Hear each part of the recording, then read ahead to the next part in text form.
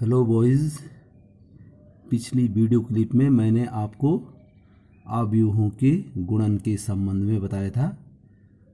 अब इस video clip में मैं आगे बताने जा रहा हूँ अवयव का परिवर्त यानी ट्रांसपोज ऑफ मैट्रिक्स। मैट्रिक्स को ट्रांसपोज किसको कहते हैं, परिवर्त किसको कहते हैं? यदि किसी मैट्रिक्स की पंक्तियों तथा स्तंभों को परस्पर बदल दिया जाए, अर्थात पंक्तियों की जगहों पर स्तंभों को लिखा जाए और स्तंभों की जगहों पर पंक्तियों को लिखा जाए, तो प्राप्त मैट्रिक्स को क्या कहते हैं? परिवर्त अवयव कहते हैं। अगर कोई अवयव ए है तो उसके परिवर्त अवयव को ए डैश द्वारा निरूपित करते हैं। तो देख लीजिए, यदि आपका कोई अवयव ए है, ए बराबर आई जे जो उसका अवयव होता है, ये m इंटू एन का जो कोटि का जो है अवयव है, तो ए डैश बराबर हो जाएगा, इसका परिवर्त हो जाएगा ए जे आई एन इंटू एम। एक उदाहरण से स्पष्ट हो जाएगा कि कैसे जो है अब ये रो को कॉलम और कॉलम को रो में जो है आपका चेंज किया जाता है, इंटरचेंज किया जाता है। देख लीजिए एग्जाम्पल है, यदि ए बराबर है 3√30 तो इसका परिवर्त अवयव यानी transpose of matrix A dash बराबर क्या हो जाएगा? देखो ये इसकी पहली रो है 3√30, तो इसको पहले कॉलम में लिख दीजिए। देखिए 3√30, तो पहली रो क्या बन गई? पहला कॉलम बन गया। दूसरी रो है 25 - 1, तो दूसरी रो है वो क्या बन जाएगी? दूसरा कॉलम बन जाएगा 25 - 1। तो देख लीजिए इसकी जो रो थी वो किस में चेंज होगी? कॉलम में होगी, कॉलम में चेंज होगी। तो इसको कहते हैं परिवर्त अवयव, माने रो की जगह पर कॉलम को लिखना और कॉलम की जगह पे रो को लिखना, इसको कहते हैं आपका परिवर्त अवयव।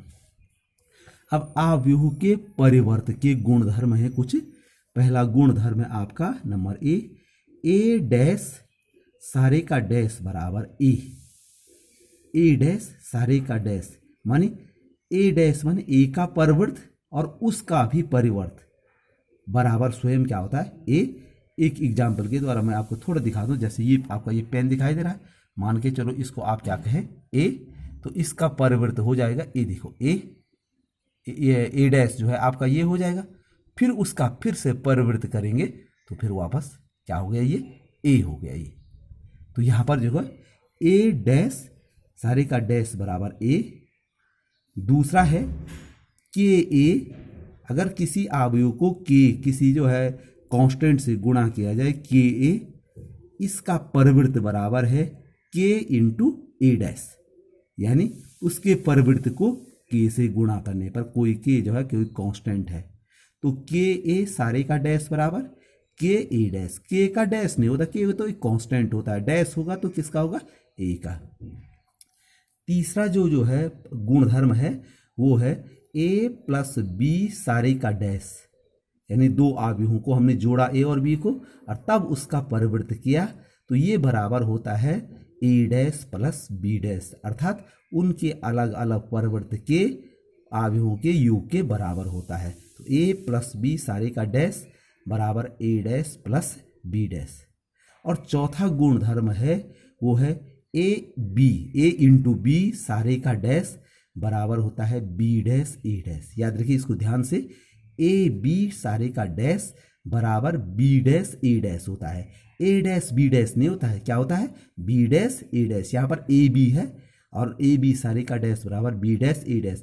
ए डैश बी डैश और बी डैश ए डैश बराबर नहीं होते हैं, क्योंकि आप पहले भी पढ़ चुके हैं कि दो अवयवों का गुणन जो है वो क्रम विनिमय नियम का पालन नहीं करता है। इसलिए इसको ध्यान देना है कि ए बी सारे का डैश बराबर बी डैश ए डैश। अब इन जो चारों गुणधर्म हैं उनको हम उदाहरणों के द्वारा आपको बताएंगे कि ये सत्य है या नहीं असत्य है। ये एग्जाम्पल है एक आपका, यदि a बराबर 3√32 तथा b बराबर है 2 - 1 2 1 2 4।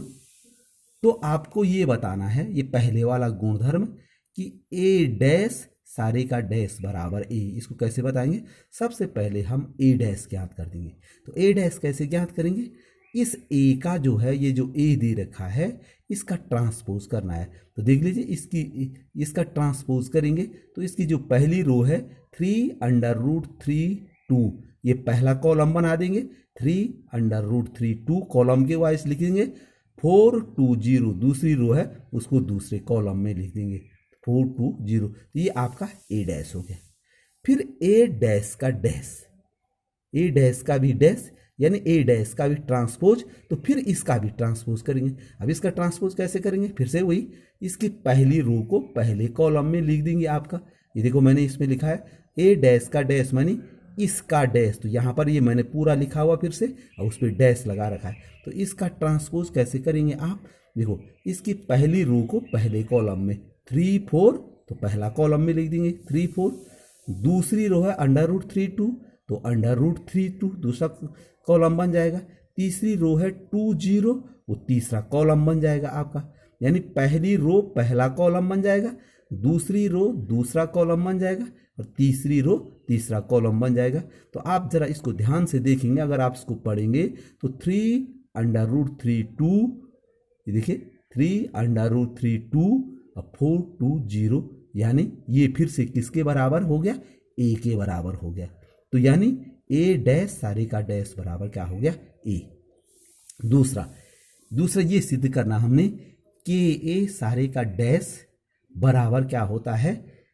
के ए डैश। तो सबसे पहले के ए निकालेंगे हम, के ए, तो के और ए, ये ए लिख रखा मैंने भाई, ये जो ए है ये यहाँ पर ए है, तो के ए बराबर हो जाएगा आपका, आप सामूहिक गुणा जानते हैं, मैट्रिक्स से एक अचर का गुणा जानते हैं, इसके प्रत्येक अवयव को के से गुणा करना पड़ेगा। तो ये हो जाएगा आपका 3k √3k 2k 4k 2k और 0। तो ये हो गया आपका के ए। अब के ए सारे का डैश, यानी उसका ट्रांसपोज करेंगे। तो देख लीजिए, इसकी पहली रो पहला कॉलम बन जाएगा आपका। देख लीजिए, के ए सारे का डैश, ये मैंने के ए लिखा हुआ है और इसके बाहर से डैश लगा रखा है। तो बराबर इसका ट्रांसपोज कैसे करेंगे? इसकी पहली रो 3k √3k 2k, ये पहला कॉलम बन जाएगा। 3k √3k 2k पहला कॉलम बन गया आपका, और 4k 2k 0, ये जो दूसरी रो है ये हो जाएगी आपका दूसरा कॉलम। 4k 2k और 0। अब बराबर क्या होता है? देख लीजिए, आपको हमने जब जो है गुणा ये बताया है यहीं पर कि के का गुणा करने से प्रत्येक अवयव जो है गुणा होता है। तो अगर कॉमन लेना होगा तो प्रत्येक अवयव में से हम के भी कॉमन ले सकते हैं। तो प्रत्येक अवयव में से हमने के कॉमन लिया, तो क्या हुआ यहाँ पर? जब के कॉमन लिया तो ये हुआ 3 4, ये देखिए √3 2 हो गया, और के और 0 में तो खैर सब कुछ होता है, तो 2 और 0 हो गया। तो ये देखेंगे आप बराबर के तो ये है, और ये देखिए ये है आपका क्या? ए डैश। देखो ये ए डैश है, ए डैश हमने यहाँ पर भी निकाल रखा है, ये डैश 3 4 √3 2 2 0, ये देखो ये, तो ये बराबर हो गया के ए डैश, यानी के ए सारे का डैश बराबर के ए डैश। तो ये दूसरा गुण भी हमने इसका क्या कर दिया? सिद्ध कर दिया। अब तीसरा है ए धन बी सारे का डैश बराबर ए डैश धन बी डैश।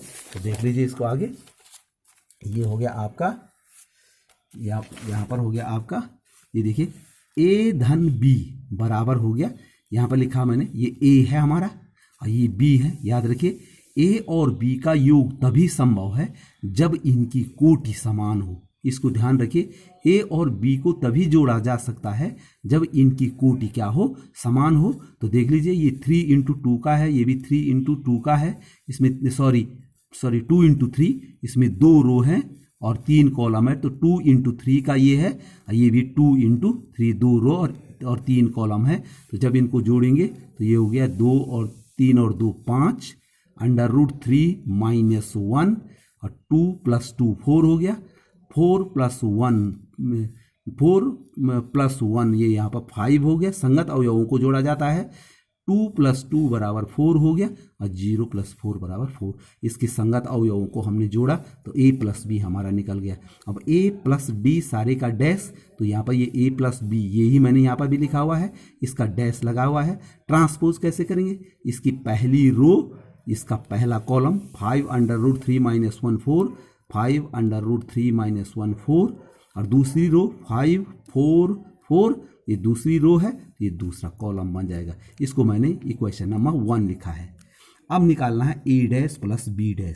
a' क्या लिखा, यहाँ पर ये आपका ये a है तो मैंने यहाँ पर ये इसी का डैश लिखा हुआ है, प्लस ये b है तो इसी का डैश लिखा है। तो दोनों का ट्रांसपोज किया, देखो इसकी पहली रो पहला कॉलम बन गया 3√32 और दूसरी रो दूसरा कॉलम बन गया 420, प्लस इसकी भी देखिए ये पहली रो है, ये पहला कॉलम बन गया, ट्रांसपोज हो रहा है, और दूसरी रो दूसरा कॉलम बन गया।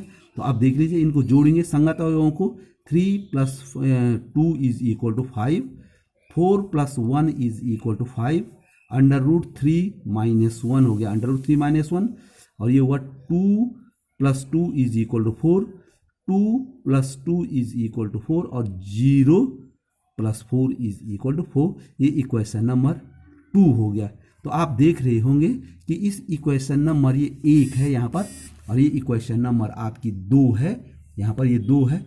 इनसे आपको स्पष्ट लग रहा है, देखिए ये वाला मैट्रिक्स और ये वाला मैट्रिक्स सेम है। 5 5 दिखाई दे रहा होगा, 5 5, √3 - 1 4, √3 - 1 4, और 4 4 4 4। तो देख लीजिए ये दोनों सेम हैं, अर्थात a + b सारे का डैश बराबर हो जाएगा आपका a' + b'। तो ये तीसरा गुणधर्म भी हमने आपको बता दिया है। ये तो हो गया। अब चौथा गुणधर्म के लिए हमने एक अलग सा क्वेश्चन ले रखा है, क्योंकि ये इसमें इस वाले प्रश्न में क्योंकि सभी किन्हीं भी दो मैट्रिक्सों का गुणा संभव नहीं है, उसके लिए मैंने पहले भी बताया, आपको नियम बताया था कि दो मैट्रिक्सों का गुणा ए और बी का गुणा तभी संभव है जब ए में कॉलम की संख्या बी में रो की संख्या के बराबर हो, ए में स्तंभों की संख्या बी में पंक्तियों की संख्या के बराबर हो, और इनका गुणा संभव नहीं है। देखिए ये तो सेम जो है कोटि के जो है, ये इसमें देखिए इसमें 2 रो हैं, ए में 2 रो हैं, ये और कॉलम 3 है, और इसमें तो रो 2 हैं, जबकि कॉलम इस पहले वाले में जो कॉलमों की संख्या है वो दूसरे वाले में रो की संख्या के बराबर। तो इसका गुणा जो है आपका पॉसिबल नहीं है, उसके लिए नियम जो है मैं बता रहा हूँ। तो यहाँ पर मैंने अलग सा क्वेश्चन ले रखा है यहाँ पर कि यदि a बराबर हो गया -2 4 5, छोटा सा सवाल लिया है, और b बराबर है 1 3 -6, तो ए बी, यहाँ पर ए बी कैसे संभव है देख लीजिए। इसमें रो की संख्या 3 है। देखिए मैंने उस दिन कहा भी था शुरू में जब पढ़ाया था कि रो कैसे में, 1 रो 2 रो 3 रो, तो इसमें रो की संख्या 3 है, कॉलम इसमें एक ही है, और इसमें देख लीजिए यानी इसका जो ये इसकी जो कोटि है वो है 3 × 1, और इसमें देखो एक ही रो है, केवल एक रो है, तो एक रो है, कॉलम इसमें 3, देखिए खड़े में देखिए 1 2 3, तो ये 1 × 3 का है। तो देखिए इसमें कॉलम की संख्या, ये इसमें कॉलम की संख्या 1 है और इसमें कॉलम की संख्या 3 है, तो इनका गुणा संभव है। तो ए बी बराबर हो गया ये गुणा ये लिख दिया। और फिर कैसे लिखा जाता है, जैसे मैंने कहा देखिए क्या नियम है, पहली रो का पहले कॉलम से, तो पहली रो में भी एक ही अवयव है और पहले कॉलम में भी एक ही अवयव है, तो बात होगी आपकी -2 × 1 बराबर -2 हो गया। फिर देखिए फिर पहली रो का दूसरे कॉलम से, तो -2 का 3 से गुणा किया तो ऋण 6 हो गया। एक ही अवयव है इसमें आगे धन कुछ नहीं आएगा। फिर देखिए पहली रो का दूसरे कॉलम से तीसरे कॉलम से, तो ये हो गया आपका -2 का -6 से, ये हो गया आपका 12। फिर अब दूसरी रो की बात है, दूसरी रो है 4, दूसरी रो का पहले कॉलम से, तो 4 का गुणा 1 से 4 हो गया। दूसरी रो का दूसरे कॉलम से, 4 × 3 12 हो गया। फिर दूसरी रो का तीसरे कॉलम से, 4 का गुणा -6 से हो गया -24। फिर देखिए तीसरी रो में मात्र 5 है, तीसरी रो का पहले कॉलम से, तो 5 × 1 5 हो गया। फिर तीसरी रो का दूसरे कॉलम से, 5 × 3 15 हो गया, और तीसरी रो का तीसरे कॉलम से तो 5 छक्का 30 माइनस 30 हो गया, तो ये हो गया आपका ए बी हो गया -2 -6 12 4 12 -24 5 15 और -30। तो ये तो आपका ए बी है। तो इसका ए बी का ट्रांसपोज कैसे क्या करें, इसलिए ए बी डैश बराबर ये आपका ए बी है, तो इसका हम ट्रांसपोज करेंगे, डैश लगा रखा है। तो देखिए इसकी रो इसकी जो है आपके उसमें बदल जाएगा, कॉलम में बदल जाएगा। देखिए -2 -6 12 इसका पहली रो है, इसकी पहला कॉलम बन जाएगा। -2 -6 12 इसकी दूसरी रो है 4 12 -24, तो इसकी दूसरा कॉलम बन जाएगा 4 12 -24। और इसकी तीसरी रो है 5 15 -30, तो वो तीसरा कॉलम बन जाएगा 5 15 -30। तो देख लीजिए ये ए बी डैश का मान है। अब हमको बताना है कि इसका मान बताना है क्या, कि बी बराबर बी डैश ए डैश। तो पहले ए डैश कैसे निकालें, ये हमारा ए है -2 4 5, देख लीजिए ए यहाँ पर -2 4 5 है, ये -2 4 5। इसका ट्रांसपोज करिए तो इसकी जो है ये पहली रो 2 है तो कॉलम में बदल जाएगा, और ये आपका जो है दूसरी रो है 4 यहाँ आ जाएगा, तीसरे तो ये आपका -2 4 5। ओके, अब इसी प्रकार से जो है आपका बी डैश निकालना है। तो बी डैश बराबर ये है 1 3 6 का डैश, तो इसमें एक ही रो है वही कॉलम बन जाएगा आपका, इसका ट्रांसपोज हो गया। तो बी डैश और ए डैश, तो बी डैश है ये है 1 3 -6, और ए डैश हमने यहाँ पर निकाल के रखा हुआ है, ए डैश है ये यहाँ पर -2 4 5। तो ये हमने निकाला, इनका गुणा देख लीजिए। इसमें क्या करना है, पहली रो का पहले कॉलम से वैसे ही गुणा करना है कि बारी बारी से, कि एक जैसे पहली रो 1 है तो 1 का गुणा पहला कॉलम में -2 है, तो 1 गुणा -2 जो है -2 हो जाएगा। फिर पहली रो का दूसरे कॉलम से, यहाँ देखिए पहली रो का दूसरे कॉलम से, तो ये हो जाएगा 1 चौकू 4 हो जाएगा। फिर पहली रो का तीसरे कॉलम से 1 पंजा 5 हो जाएगा। उसी प्रकार से अब दूसरी रो की बारी है, दूसरी रो में केवल 3 है, तो पहली रो का दूसरी रो का पहले कॉलम से ये -6 हो जाएगा। फिर दूसरी रो का दूसरे कॉलम से 3 चौकू 12 हो जाएगा ये, और ये 3 पंजा 15 हो जाएगा। इसी प्रकार से तीसरी रो का पहले कॉलम से, फिर दूसरे कॉलम से, फिर तीसरे कॉलम से हम यहाँ पर ये अलग अलग रखेंगे। तो यहाँ पर आप देख रहे होंगे कि ये प्राप्त हुआ -2 4 5 -6 12 15 और 12 -24 -30। तो ये देख लीजिए ये सेम है जो हमारा ए बी सारे का डैश के बराबर, ये याद है, ये एक में जो ए बी सारे का डैश आया था और जो बी डैश ए डैश हमारा यहाँ पर आया है, ये दोनों सेम है। तो ये 1 और 2 से ये दूसरी से स्पष्ट है कि ए बी सारे का डैश बराबर होता है आपका बी डैश ए डैश। तो जो है ये जो है आपका जो है कि ये ध्यान देना है, ये इसकी जो है कुछ जो है गुणधर्म थे। अब इसमें नई चीज है सममित तथा विषम सममित आव्यूह, यानी symmetric and skew symmetric matrix. सममित आव्यूह, सममित आव्यूह किसको कहते हैं कि एक वर्ग आव्यूह ए सममित कहलाता है यदि ए डैश बराबर ए, यानी यदि किसी आव्यूह का परिवर्त आव्यूह उसी के बराबर हो जाए, ए डैश किसके बराबर हो जाए, ए के बराबर हो जाए, तो वो जो आव्यूह कहलाता है वो कहलाता है आपका सममित आव्यूह। अर्थात यदि ए बराबर ए आई जे है तो आपका ए डैश बराबर भी क्या हो जाएगा, ए जे आई, यानी ए डैश का मान भी ए आई वही हो जाएगा आपका, ए डैश बराबर ए आई जे ही हो जाएगा आपका। यानी दोनों के दोनों जो है आप ये आपका जो है ये दोनों के दोनों क्या होने चाहिए, बराबर होने चाहिए। आपको ए आई जे बराबर ये आपका ए जे आई होने चाहिए। तो देख लीजिए, ये देखिए फिर से, यदि ए बराबर ए आई जे तो ए डैश बराबर ए जे आई होना, तो ये दोनों के दोनों आपस में यदि बराबर हैं तो आपका ये परिवर्तित आव्यूह हो जाएगा। तो मोटे मोटे तौर पे मैंने आपको बता दिया ऊपर कि भाई ए और ए डैश बराबर हो जाए तो इसका मतलब वो जो है आपका सममित आव्यूह है, यानी सिमेट्रिक मैट्रिक्स है। एग्जाम्पल फॉर ये देख लीजिए, यहाँ पर ए एक आव्यूह है, ए बराबर है √2 3 2 3 2 -15 -1 3 -1 1। तो जब ए डैश निकालेंगे तो ए डैश कैसे हो जाएगा, ए डैश बराबर हो जाएगा ये देखो इसकी पहली रो इसके पहले कॉलम में लिखना पड़ेगा, तो देख लीजिए √3 2 3, तो ये √3 2 3।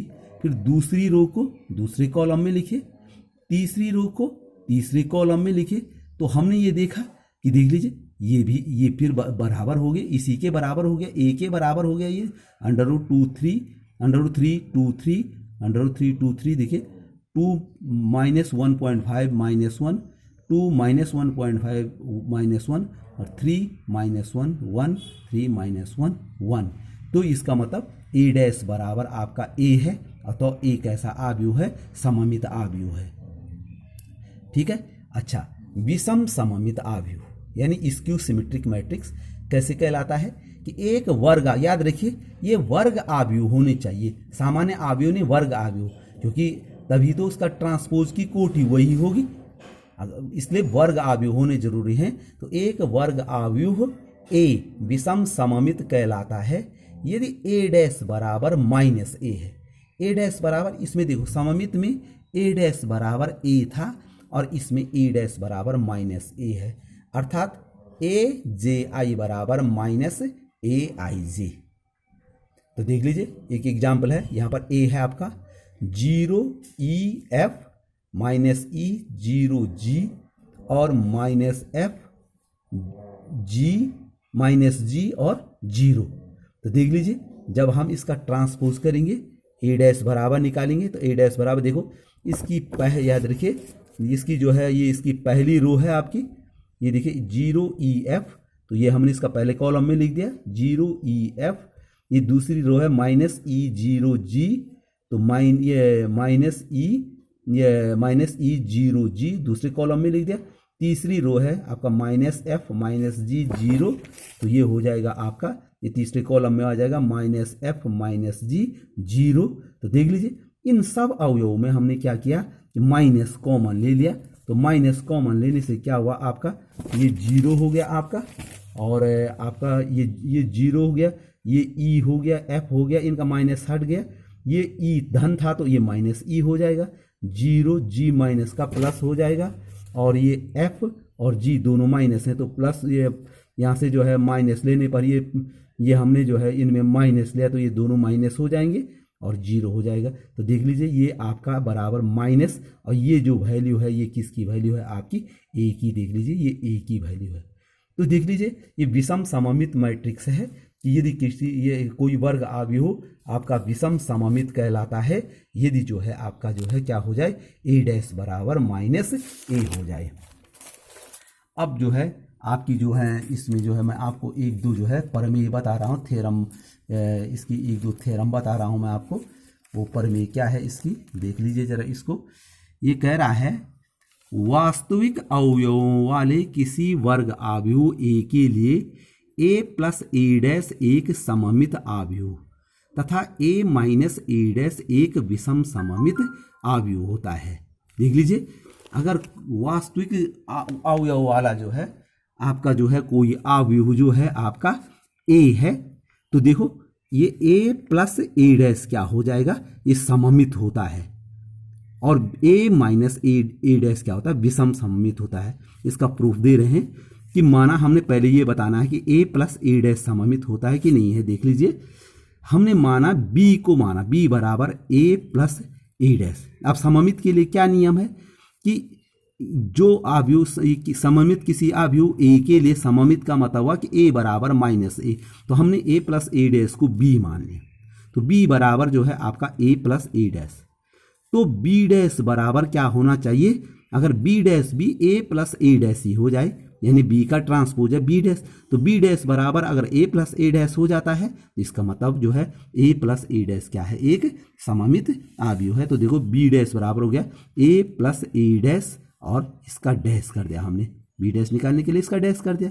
आपने पिछला एक गुण पढ़ा है कि a धन b सारे का डैश, ये पढ़ा है a धन b सारे का डैश बराबर a' धन b' होता है।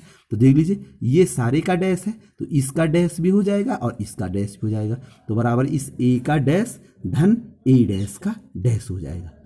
तो देखिए बराबर हो जाएगा यहाँ पर ए डैश, तो ये ठीक है। अब ए डैश का डैश, ये भी पिछला आपने पढ़ा है अभी, तो ए डैश का डैश बराबर ए होता है, तो ए डैश धन ए हो जाएगा।